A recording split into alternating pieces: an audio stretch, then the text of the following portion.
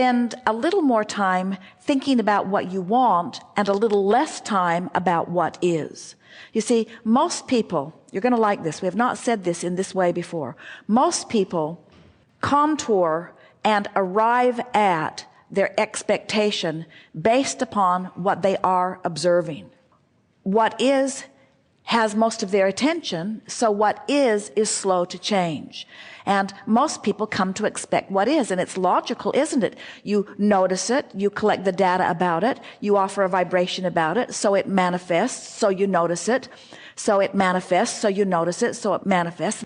And that's not a bad thing. It is not a bad thing that there is a platform of expectation from which you are launching into your next creation. We would not ever want to take your ability to observe away from you, because it adds to the stability and the continuity of the platform from which you are creating. But when you want change from what is, then it is your job to spend less time what-ising and more time what-ifing.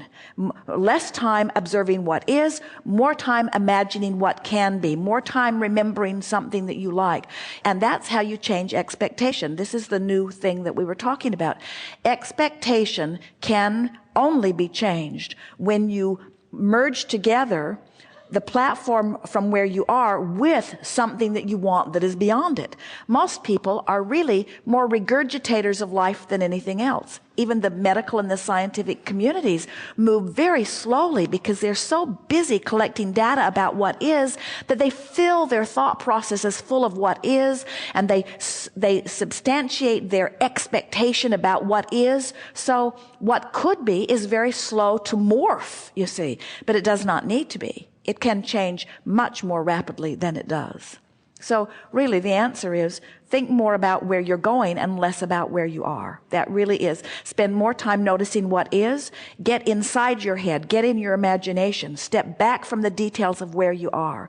And that's not only in relationship with how your body looks and feels, but it's about how you feel about the food that you're eating. You have to begin to see food differently. We're surprised that any of you can find anything to eat, because almost every food substance has had several books written about why you should not eat it. So much so that most people who are planning for food, sitting in front of food, shopping for food, choosing the restaurant, looking at the menu, watching others eat, or eating themselves, almost everybody who is in the attitude of a relationship with food in any way is in a sort of state of semi to tremendous trauma. And so the answer is to spend at least as much time thinking about the food that you're going to eat as you do actually eating the food.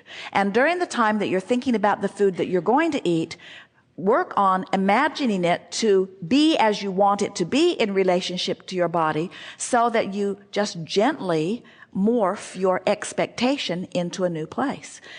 Let's say that you're getting ready, you're going to go have a nice meal somewhere tonight with someone. And you know that you'll be in the restaurant for an hour or two, or maybe longer.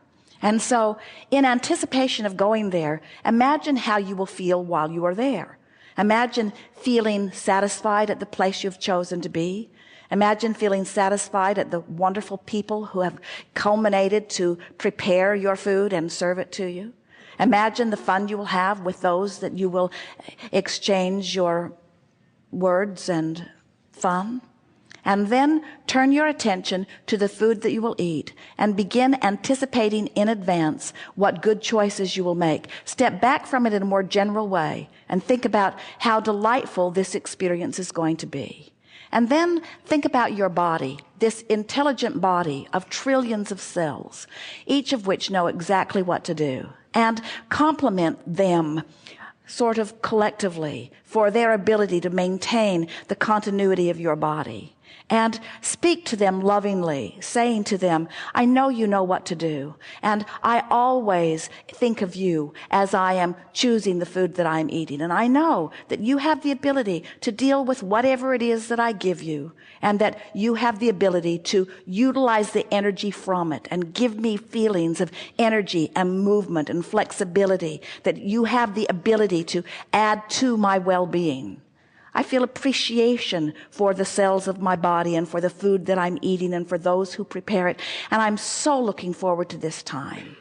And if you can stay in that sort of friendly, loving dialogue for 15 or 20 minutes here and there, you don't have to do it all at once, but as you make the appointment, flow some thought toward it. As you're driving toward it, flow some thought toward it. As you're sitting in the restaurant, flow some thought toward it. In other words, get yourself warmed up. It's what we call vibrational pre-paving. It's thinking about a positive outcome from the action that you're about to take part in.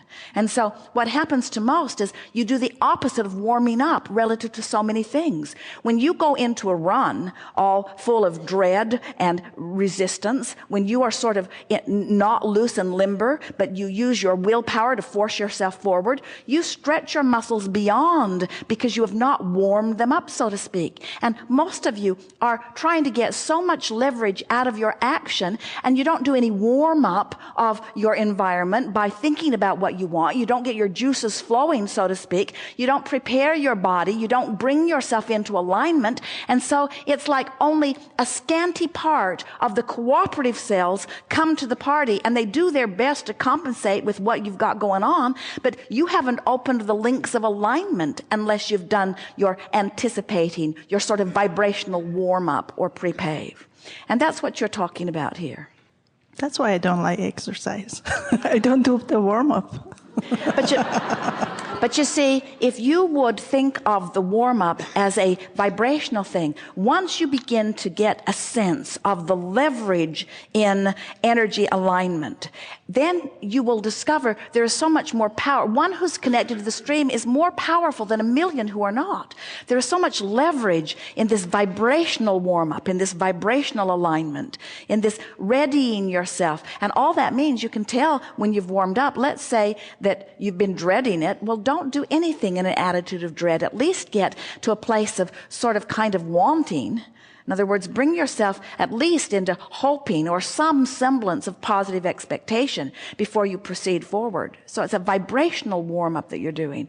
And you have to know, as you look around at the variety of experiences that people are having in relationships to their bodies and food and movement, you just have to know there's much more to it than just food in, food out, or action that is causing an expenditure of energy. It's about this vibrational alignment. And so when you say, I'm feeling good, I'm feeling happier about food, I'm eating more of what I'm wanting, we would say that's that emotional warm-up. But then you say, but I'm gaining weight. So the emotional journey that we're talking about is, if you will let your gauge not be the scale for a while, not be the physical results for a while, but let your gauge be your mood or your attitude, and you can maintain that for a little while, you'll begin to notice that once you get through that warm-up time, that your body will start to come into vibrational alignment with your improving expectation, until you can literally become one of those people who can say what you want and have it be by the power of your expectation, regardless of the physical behavior or action that is surrounding the situation. It is not necessary that you alter your behavior. It is necessary that you alter your thoughts regarding your behavior. And when you do, all things are possible. Truly they are. Okay, that's what I want to hear. Yeah. Be easy with it. Make food your friend. But you see, here's the thing. Let's talk just a little bit about the difference between downstream and upstream.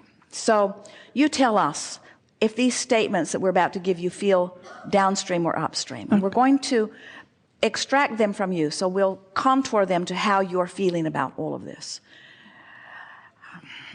I'm looking forward to my body responding to my desire. Is that a downstream statement or an upstream? Downstream. At times I do rather well with that. Downstream or upstream? Downstream. If I really had a handle on this, however, I don't think I would be gaining weight. Is that downstream or upstream? Upstream. Had a little resistance in it, didn't it? It's all right that I'm not getting the immediate manifestation that I seek while I'm finding my vibrational balance. Is that downstream or upstream? I do believe that my body does respond to my thoughts, downstream. Downstream. And I recognize I have a variety of thoughts, but I'm doing better and better at getting them in the direction that pleases me, downstream or upstream. So now, as we played this game, it was pretty easy to feel which thoughts were helpful, or at least which thoughts were downstream, and which thoughts were upstream. We know you get that. In other words, you've been thinking about positive thoughts for a long time. And you can feel subtle differences even. Mm-hmm. So now, think about behavior. So now, you want to not only offer words or thoughts that are downstream, you want to offer behavior that feels downstream. So now, you're thinking about eating something that you haven't been eating for a long time because you believe that it is not in alignment with the shrinking results that you're reaching for. And now you're getting ready to dive into it. You've decided to just push through and take the action anyway. Is that a downstream action or an upstream action? Upstream. It is, isn't it? Mm-hmm. In other words, we're not saying to you to stop paying attention to your behavior, because your behavior compounds whatever it is you've got going on vibrationally. We're suggesting that when you warm up with your thoughts and words, that then the behavior is easier to fall into alignment with too, you see, until you can reach the place where you can feel it and really mean it, that diving into that really feels downstream instead of upstream. So the rule of thumb that we would use is don't take action until you've lined up the energy first. And that's what we mean by spend at least as much time in warming up emotionally, vibrationally, as you do actually participating in the event of partaking of food.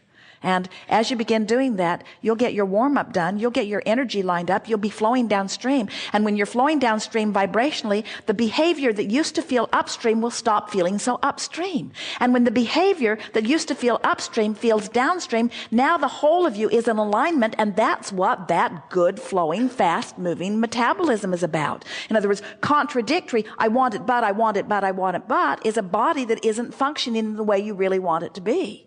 But when you've lined up and lined up and lined up and lined up, now the behavior that you're inspired to won't be behavior of deprivation. It will be different behavior because the stream is flowing in a more powerful, less resistant way. Best description we've ever given about that.